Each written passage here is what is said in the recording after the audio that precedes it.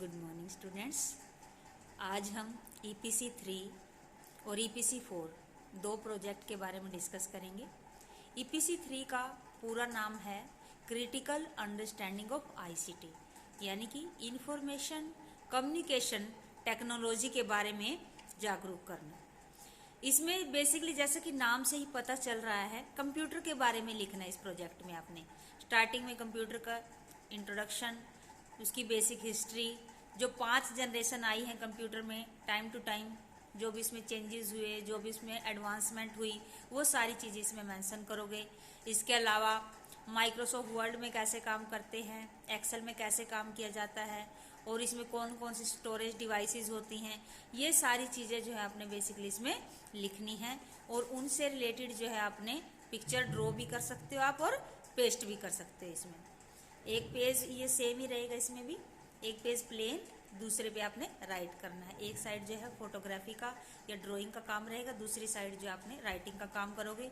किसी भी प्रोजेक्ट में आप रेड और ग्रीन पेन का बिल्कुल भी यूज नहीं करोगे। आप जो ब्लू, ब्लैक, इस तरह की शेड जो है इसमें यूज कर सकते हो। ये खास बात आपने ध्यान रखनी है। EPC 4 का पूरा नाम है अंडरस्टैंडिंग द सेल्फ। इस प्रोजेक्ट में खुद को जानना, उसके बारे में दिया गया ये कि आत्म क्या होती है, सेल्फ क्या होती है। हमें अपनी स्ट्रेंथ को, अपनी वीकनेस को जानना है और उन पे काम करना है।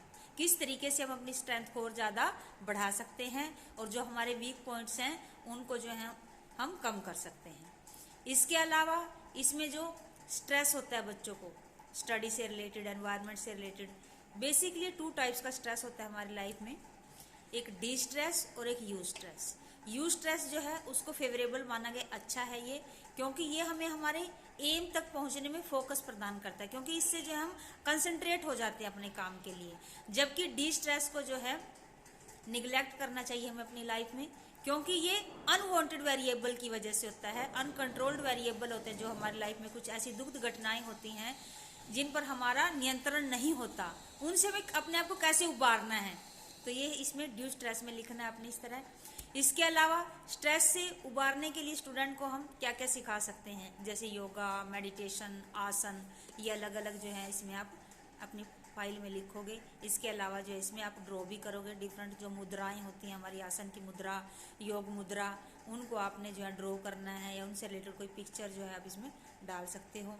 इसके अलावा इसमें आहार विहार, यानी कि बैलेंस डाइट, न्यूट्रिशंस, ये सारी चीज़ें आप इसमें लिखोगे। किस तरह से जो है संतुलित भोजन से हम बच्चों को शारीरिक और मानसिक हर रूप से जो है स्ट्रॉन्ग बना सकते हैं। बेसिकली जो हमारी एजुकेशन का मेन एम है वो क्या है, बच्चों की ओवरऑल डेवलपमेंट। इसमें बच्चों का कॉग्निटिव, मेंटल, साइकोलॉजिकल, इमोशनल, हर तरीके की डेवलपमेंट आ जाती है। तो हमने जो है ये सारी चीज़ें इस प्रोजेक्ट में लिखनी है। और इस फाइल को लिखने से पहले आप एक बार अब्राहम मैस्लो, जो एक बहुत बड़े साइकोलॉजिस्ट हुए हैं, उन्होंने एक थियरी दी है, नीड हायरार्की ऑफ मैस्लो, मांग का सिद्धांत जिसको कहा गया है। इसमें ह्यूमन बीइंग की बेसिक नीड बताई गई हैं। 5 तरह की नीड हैं, किस तरीके से एक नीड फुलफिल होने के बाद हमारी दूसरी डिजायर शुरू हो जाती है, फिर तीसरी, इस तरीके से जो है नीड हायरार्की बताई है मैस्लो ने।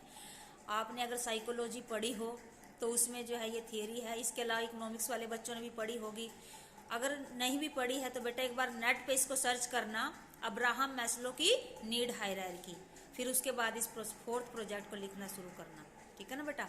ओके बेटा, thank you, have a great day.